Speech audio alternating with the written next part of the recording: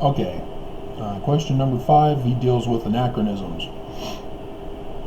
That's where an author of a story who's doing a historical book from the past mistakenly puts in more modern items, characters, animals, etc.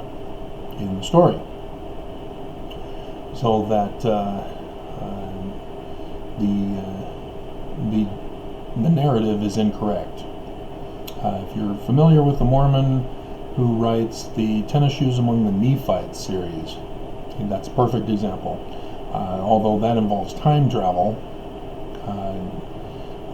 if you were to claim in your book that the Nephites had tennis shoes, that's a serious red flag warning for anachronisms. And so, but he falls for the trap of apologists. See, apologists love to distract. That's one of their key methods of defending a position, is they say, it could be true. So what? You haven't proven anything. Who cares if it could be true? So what if you can replicate plates in Egyptian that can be translated exactly as the Book of Mormon? Who cares? Doesn't matter. It doesn't prove the Book of Mormon is the actual original plates, or from a translation of those plates. And same thing with anachronisms. And all anachronisms do is help prove that the Book of Mormon isn't true. And so for apologists to say it could be true, no, you guys, you missed the point. You missed the boat. It's long gone. And so, but Jeremy messes up, because he says it has been documented that apologists have manipulated wording so that steel is not steel, sheep is never domesticated bighorn sheep, horses become teppers, etc. Don't fall for it. Don't fall for it, Jeremy. It's a trap. Admiral Akbar, it's a trap. This is a trap. And they purposely lull you away from the main issue. The plates. Do they exist or don't they exist? Anachronisms say, no, they don't exist. The apologists are saying, it could be true. Follow us down this rabbit hole of lies and deception. And if you fall for it by trying to disprove that sheep are not never domesticated bighorn sheep or whatever, that you are trying to counter-argue with their fallacious argument, you get sucked into an abyss that you can't get out of, and then they gotcha, because they've taken you away from the main issue. The plates are the main issue. So don't fall for that. The anachronisms only indicate that Solomon Spaulding was using what he knew from the British Empire, from Europe, in his story, because he didn't go excavating. He only knew of the Plain Indian, or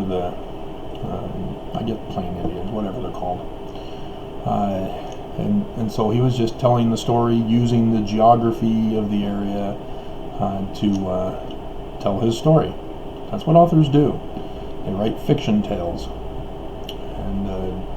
and people aren't going to understand these weird names.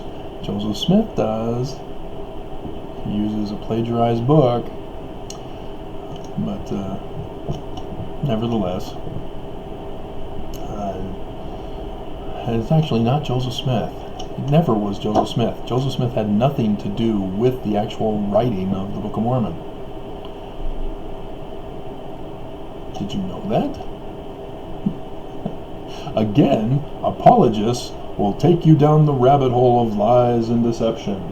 Don't fall for it. Because it was Joseph Smith Sr. who was the main orchestrator, and he elicited the help of Oliver Cowdery and most likely William Cowdery at the Cooper Smith shop, and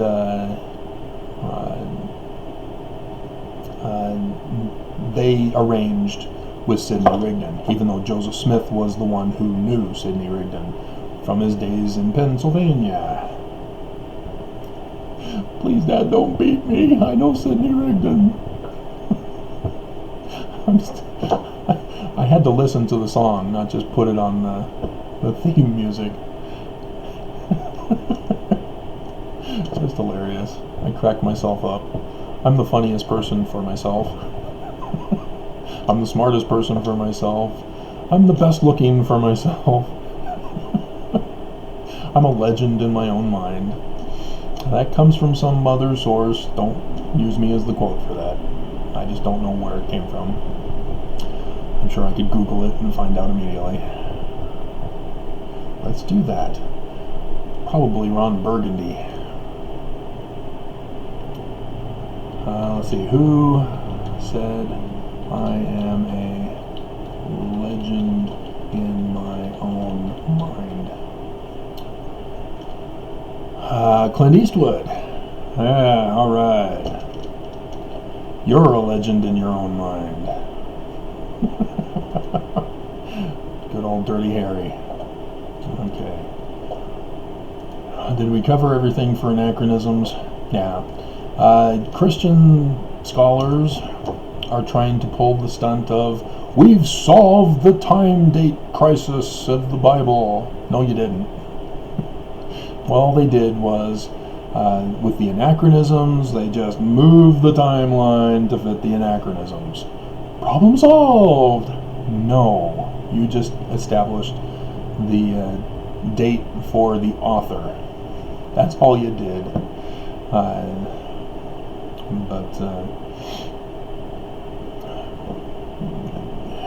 No.